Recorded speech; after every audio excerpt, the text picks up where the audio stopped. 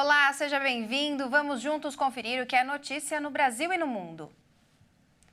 O setor agropecuário mundial sofreu uma perda equivalente a 19 trilhões de reais devido às catástrofes climáticas ocorridas entre os anos de 1991 e 2021.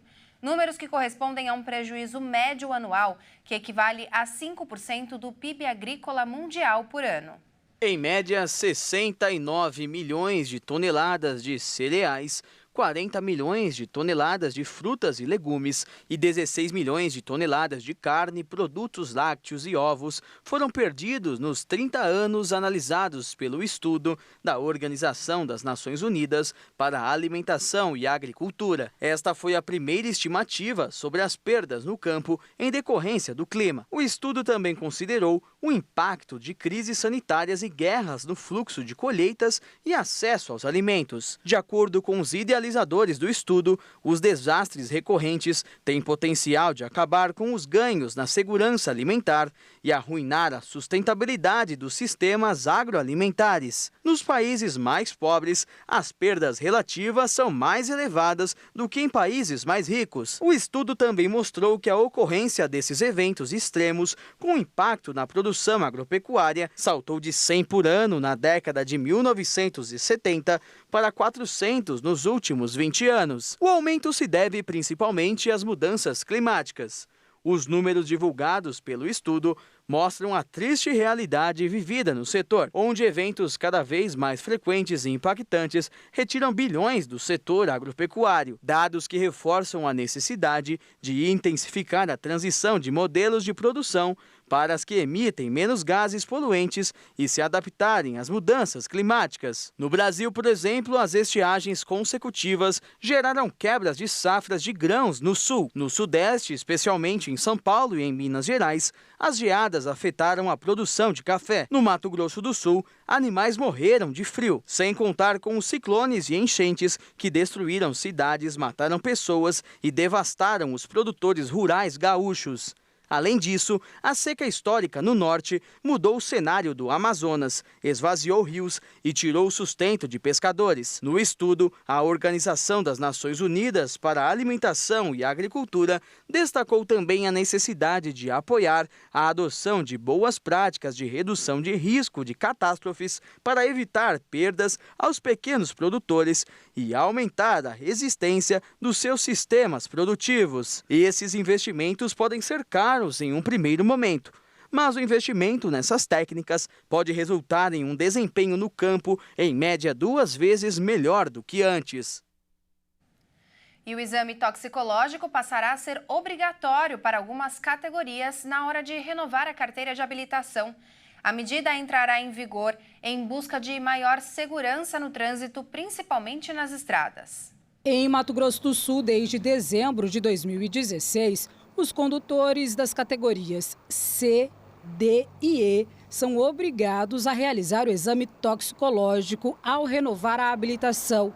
Resolução do CONTRAN, publicada em outubro, reafirmou a exigência no ato da renovação e deu prazo para até o dia 28 de dezembro para a realização dos exames periódicos que estão atrasados. Os condutores das categorias C, D e E são obrigados a renovar o exame toxicológico a cada 2 anos e meio. Quem for pego numa fiscalização com o exame atrasado está sujeito a multa de R$ 1.400. A infração é gravíssima. O estado tem mais de 80 mil motoristas habilitados numa das 3 categorias, sendo 42 mil na categoria C, 26 mil na D e 12 mil na E. O exame é para evitar que os condutores dirijam sob efeito de substâncias psicoativas. Para resguardar vidas, evitar acidentes, principalmente nas estradas. O condutor que tem CNH digital habilitada no celular tem a vantagem de ser avisado 30 dias antes do vencimento. Um grupo de cientistas brasileiros descobriu que os fumantes possuem um maior risco de terem fraturas e doenças nos ossos, pois o cigarro altera o metabolismo das células ósseas e deixa as estruturas bem mais frágeis. Em uma série de pesquisas publicadas nos últimos 4 anos, um grupo de cientistas da USP mostrou que a exposição ao fumo leva à morte mais rápida dos osteoblastos, células responsáveis pela produção da matriz óssea rica em colágeno do tipo 1. Proteína que dá resistência aos ossos. Em um primeiro momento, a descoberta aconteceu em um estudo experimental em camundongos. Em seguida, foi confirmada em um estudo clínico que analisou tecidos ósseos de pacientes submetidos à artroplastia de quadril, cirurgia para a colocação de prótese nessa região. O cigarro também é responsável por deixar mais ativo os osteoclastos, grupo de células responsáveis pela desintegração e reabsorvição do tecido ósseo, processo necessário para a renovação e remodelação dessas estruturas. O problema é que com os osteoblastos em menor número e os osteoclastos mais ativos, existe um desequilíbrio nesse processo. Os estudos do grupo ainda revelaram que as alterações do tecido ósseo ocorrem a partir de um processo inflamatório causado pela exposição à fumaça do cigarro. Além disso, o tabagismo também causa danos às cartilagens das articulações. Todo o processo de degradação do tecido ósseo leva a um risco aumentado de problemas como fraturas. Dessa forma, os fumantes possuem 25% mais de chances de sofrer uma fratura nos ossos e também levam 4 semanas a mais para se recuperar do trauma do que as pessoas que não fumam. Os fumantes também têm maior risco de desenvolverem osteoporose e o cenário fica ainda mais perigoso para populações como idosos e mulheres na pós-menopausa, que por outros fatores já têm um risco aumentado de problemas ósseos. Comer fora de casa tem pesado no bolso do brasileiro. Um novo levantamento mostra que uma refeição completa está quase 15% mais cara do que no ano passado. O famoso prato feito, mais uma bebida sem álcool, mais uma sobremesa simples e aquele cafezinho de lei para muita gente, hoje custa em média R$ 46,60. Isso é o que mostra a pesquisa feita pela Associação Brasileira das Empresas de Benefícios ao Trabalhador entre os meses de julho e agosto desse ano. Cerca de 15% a mais que o preço conferido no mesmo período de 2022. Hoje, o trabalhador gasta cerca de R$ 1.000 por mês para almoçar fora de casa todos os dias. Isso de acordo com um levantamento. Seria 1/3 do salário médio do brasileiro, que, segundo o IBGE, está em torno de R$ 3.000. Na região sudeste, o valor da refeição completa é ainda maior, quase R$ 50. Depois vem a região nordeste, com prato feito e complementos, custando pouco mais de R$ 43. Esse aumento no preço das refeições se explica pela inflação sobre itens como gás de cozinha, combustíveis, água e luz. Não pelos valores dos alimentos, que apresentaram queda nos meses de agosto e setembro. Com o supermercado mais barato, o jeito é investir na marmita feita em casa. Mais em conta e muitas vezes mais saudável. Agora você vai acompanhar uma evolução da medicina que pode salvar muitas pessoas. Isso porque um implante revolucionário realizado na medula espinhal fez com que um paciente com Parkinson há mais de 30 anos pudesse andar quase normalmente. O que antes era uma incógnita para a medicina, agora pode ser a salvação para aproximadamente 4 milhões de pessoas. Esse é o número de quem tem a doença de Parkinson no mundo, de acordo com dados da Organização Mundial da Saúde. Com o aumento da expectativa de vida e o envelhecimento da população, o número pode dobrar até 2040. Mas tudo pode mudar com o novo implante revolucionário. O tratamento foi desenvolvido por pesquisadores suíços que já haviam usado implantes na medula espinhal para ajudar várias pessoas a voltar a andar. O paciente Mark, um homem de 62 anos que vive na França, sofre de mal de Parkinson há aproximadamente 30 anos e, assim como mais de 90% das pessoas com Parkinson avançado, Mark tem grande dificuldade para caminhar. A equipe suíça de pesquisadores implantou um sistema complexo de eletrodos chamado neuroprótese em pontos-chaves ao longo da medula espinhal de Mark. Essa neuroprótese tem 2 papéis fundamentais. Além de enviar um estímulo elétrico para provocar o movimento, ela também teve de assumir o papel do cérebro na geração desses estímulos no momento adequado, para que o movimento resultante correspondesse aos desejos do paciente. Com isso, foi possível a volta dos movimentos de Mark.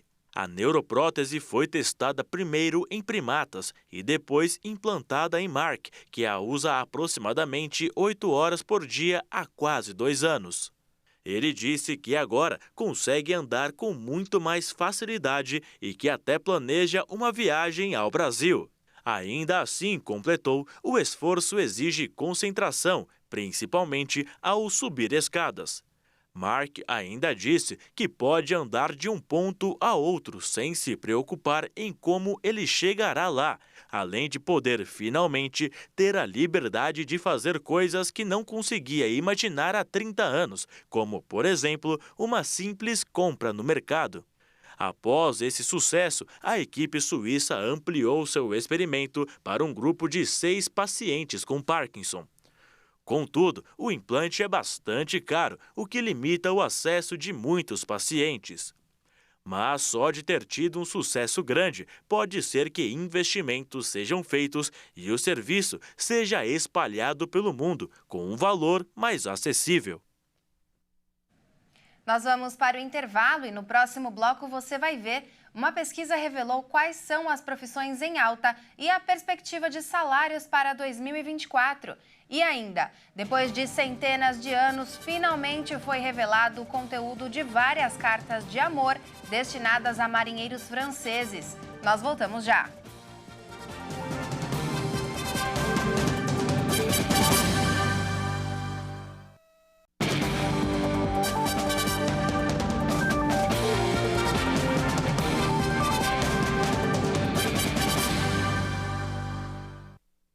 Estamos de volta para ver as principais notícias do Brasil e do mundo.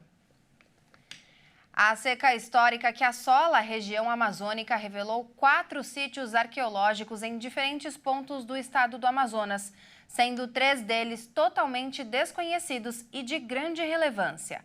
Para documentar e promover ações de fiscalização e registro desses bens, o Instituto do Patrimônio Histórico e Artístico Nacional instituiu um plano emergencial para preservar o patrimônio cultural e ambiental da comunidade local. A estiagem já é considerada a pior dos últimos 121 anos, impactando vários estados da Amazônia Legal, principalmente o Amazonas. Com a baixa recorde dos rios, vários municípios ficaram isolados, já que o acesso a eles é exclusivamente via fluvial. O Rio Negro, por exemplo, à altura da capital Manaus, chegou ao seu menor nível, abaixo dos 13 metros. Com o baixíssimo patamar dos cursos d'água, 4 sítios arqueológicos afloraram, sendo um deles já conhecido e outros 3 vistos pela primeira vez. O sítio já conhecido é o da Ponta das Lajes, na capital Manauara, que aflorou pela segunda vez. A primeira havia sido durante a seca de 2010. Com cronologia estimada entre 1.000 e 2.000 anos atrás, o local possui petróglifos, isto é, blocos rochosos nos quais há registros rupestres que representam figuras humanas. Em sua maior parte, as representações são de rostos, que a comunidade local chama popularmente de caretas, mas há também gravuras e uma área de oficina lítica com marcas de amoladores. O sítio das Lajes ainda possui bacias de polimento locais em que, há milhares de anos, povos originários confeccionavam suas ferramentas, como machadinhas. Dentre os 3 sítios até então desconhecidos estão as ruínas do Forte São Francisco Xavier, no município de Tabatinga, no Amazonas, construído durante o século XVIII, às margens do rio Solimões, tríplice fronteira entre Brasil, Colômbia e Peru. A edificação era a última parada para quem navegava os Solimões rumo aos Andes durante o período colonial, especialmente as embarcações que iam em direção à povoação espanhola de São Pablo de Loreto, no Peru, marcando os domínios da coroa portuguesa na região amazônica. O segundo deles é o sítio Costa do Goiabeira, no município de Anamã, a 160 quilômetros de Manaus. Com a seca foram reveladas urnas funerárias em material cerâmico. E o terceiro dos sítios está localizado no município de Urucará, a 260 quilômetros da capital, às margens do rio Uatumã. Ele é composto de petróglifos, semelhantes àqueles descobertos na Ponta das Lajes, em que se pode ver gravuras feitas em pedras. Classificados como pré-coloniais, os sítios representam o modo de vida de povos que habitavam aquela região no passado. Tanto o sítio de Anamã quanto o de Urucará ainda não estão registrados no CNSA. O IPHAN só teve conhecimento da existência desses vestígios durante a estiagem de 2023, demandando visitas que devem ser feitas em parceria com outras instituições de pesquisa do estado do Amazonas nas próximas semanas. Uma pesquisa revelou quais são as profissões em alta e a perspectiva de salários para 2024 e listou os segmentos que devem liderar as contratações no Brasil, além dos profissionais mais procurados e habilidades exigidas. A expectativa é de que o volume de contratações e o valor dos salários melhorem na comparação com 2023. Segundo o guia salarial da recrutadora Robert Half, o ano que vem é promissor para 8 áreas. Entre elas, engenharia, finanças e contabilidade, jurídico, mercado financeiro, recursos humanos, seguros, tecnologia, vendas e marketing. A área tecnológica, que tem sido a mais animadora dos últimos anos, para 2024 não será diferente. Entre as profissões mais requisitadas no mercado, teremos gerente de TI, analista de segurança, engenheiro de prompt, aquele que estrutura o raciocínio entre perguntas e respostas da inteligência artificial, especialista em cibersegurança e analista de dados. Dados que são considerados o novo petróleo, tamanho valor. E os salários são chamativos. A perspectiva de remuneração para um analista de segurança pleno, por exemplo, é de R$14 mil, enquanto um gerente de TI deve ganhar aproximadamente R$34 mil se tiver todas as habilidades relevantes para o cargo. Uma descoberta feita lá nos Estados Unidos pode impactar positivamente o campo da proteção da pele contra os danos causados pelo sol. Um novo protetor solar que não previne apenas queimaduras, mas também repara danos de baixo nível causados pela exposição em tempo real. Segundo os cientistas da Universidade Northwestern, o segredo por trás deste avanço está na introdução de uma supermelanina artificial que mimetiza a função da melanina natural da pele. O estudo publicado na revista científica Nature Regenerative Medicine mostrou que esta substância é capaz de capturar e neutralizar os radicais livres desencadeados pela exposição à luz ultravioleta, que são conhecidos por destruir o colágeno da pele, levando a rugas e flacidez ao longo do tempo. O protetor solar demonstrou uma capacidade de acelerar o processo de regeneração da pele quando aplicado diretamente em feridas. Mais de metade das áreas da pele dos pacientes apresentou uma melhora na cicatrização. Os pesquisadores enfatizaram a importância de avaliar o impacto do produto em amostras de pele humana, já que a exposição diária à luz ultravioleta representa um desafio constante para a saúde da pele e destacaram a necessidade de uma solução eficaz para reparar danos solares contínuos. O estudo representa uma perspectiva promissora para o desenvolvimento de tratamentos tópicos destinados a regenerar a pele após danos provocados pela exposição solar ou por agentes tóxicos. E depois de centenas de anos, finalmente foi revelado o conteúdo de várias cartas de amor. E pelas histórias contadas, foi possível ter uma noção rara das famílias do século XVIII, desde a esposa de um alto oficial até uma mãe idosa que repreendeu seu filho por não escrever. Cartas destinadas a marinheiros franceses durante uma guerra do século XVIII, que nunca foram entregues, foram finalmente abertas e estudadas após mais de 250 anos. A Marinha Real Britânica apreendeu as cartas durante a Guerra dos 7 Anos, um conflito entre duas alianças de países europeus que terminou em 1763. Eu estava nos Arquivos Nacionais em Londres e, ao digitar prisioneiros de guerra do século XVIII no mecanismo de busca, deparei-me com o título de uma caixa de arquivo que me intrigou, que era Cartas endereçadas a prisioneiros de guerra da tripulação do Galatê, 1757 a 1758. Encomendei a caixa e, quando ela chegou, vi que havia 3 pequenas pilhas de cartas ainda fechadas, com carimbos de cera vermelha, mas claramente não tinham sido abertas, exceto as 3 primeiras. As cartas lidas ofereceram uma visão rara e trágica das vidas dos marinheiros e suas famílias no século XVIII. Como as palavras de amor de Marie Dubosc, que nunca chegaram ao seu marido, Louis Chamberlain, primeiro-tenente de um navio de guerra francês, em 1758. Sem que Marie soubesse, o navio de seu marido, o Galatê, havia sido capturado pelos britânicos, conforme descobriram os pesquisadores da Universidade de Cambridge. Louis nunca recebeu a carta e sua esposa morreu no ano seguinte, quase certamente, antes de os britânicos o libertarem. Em outra carta do mesmo ano, a mãe do jovem marinheiro normando Nicolas Quesnel se queixava de sua falta de comunicação. On a vraiment une grande variété d'auteurs et d'autrices, et j'insiste sur... Temos realmente uma grande variedade de autores. Enfatizo autoras porque a maioria das cartas é escrita por mulheres. E isso é ainda mais raro quando você olha para pessoas de posição social desprivilegiada. É muito mais comum encontrar cartas escritas por aristocratas ou burgueses do que cartas escritas por marinheiros e, principalmente, por mulheres. Des gens de mer, como on les appelle, des matelots, et notamment des femmes.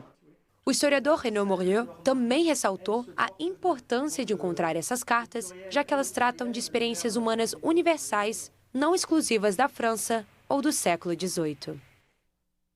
Essa edição fica por aqui. Muito obrigada pela sua companhia. Até mais!